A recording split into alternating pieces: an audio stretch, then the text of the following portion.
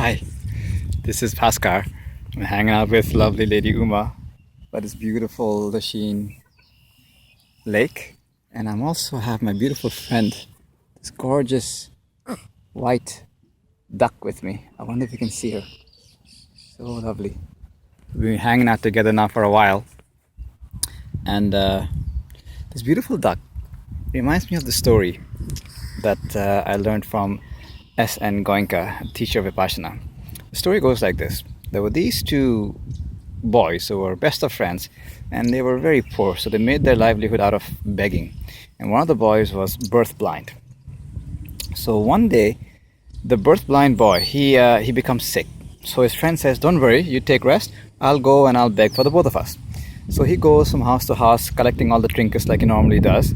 He comes across this one household that was the lady was particularly compassionate. She brings the boy in and gives him this Indian dessert called kheer, which is a lovely dessert. It's made of milk and rice and raisins and almonds and cardamom and all kinds of lovely spices. It's very delicious. So he has this kheer, comes back to his blind friend and says, here are all the things I picked up today, empties his pockets. And he says, "But I must tell you that I was invited to this very kind lady's home and she gave me this delicious dessert called kheer, but I had no bowl, so I couldn't bring anything for you."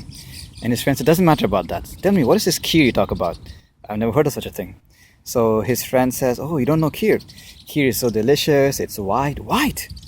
What is white?" His friend says, "You don't know white? Don't know white?"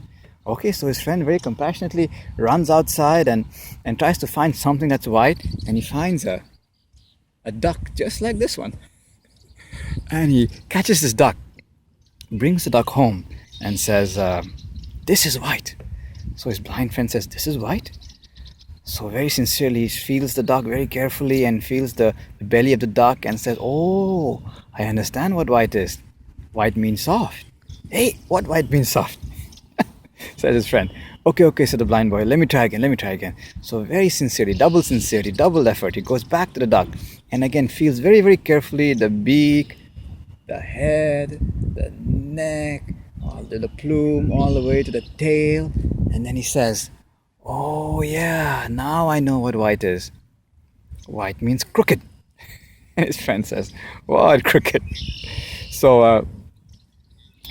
I guess what this story points to is that unless we have the faculty to directly experience the truth we speak of is always going to be slightly crooked and not quite straight, because the faculty to experience was not there. So it's a calling to develop the faculty to experience these teachings so that it comes from a place of experiential truth and not borrowed truth. So developing the faculty to experience, I guess, is what's called self-awareness, to hang out with this kingdom within, and then what we speak of comes from that direct experiential understanding.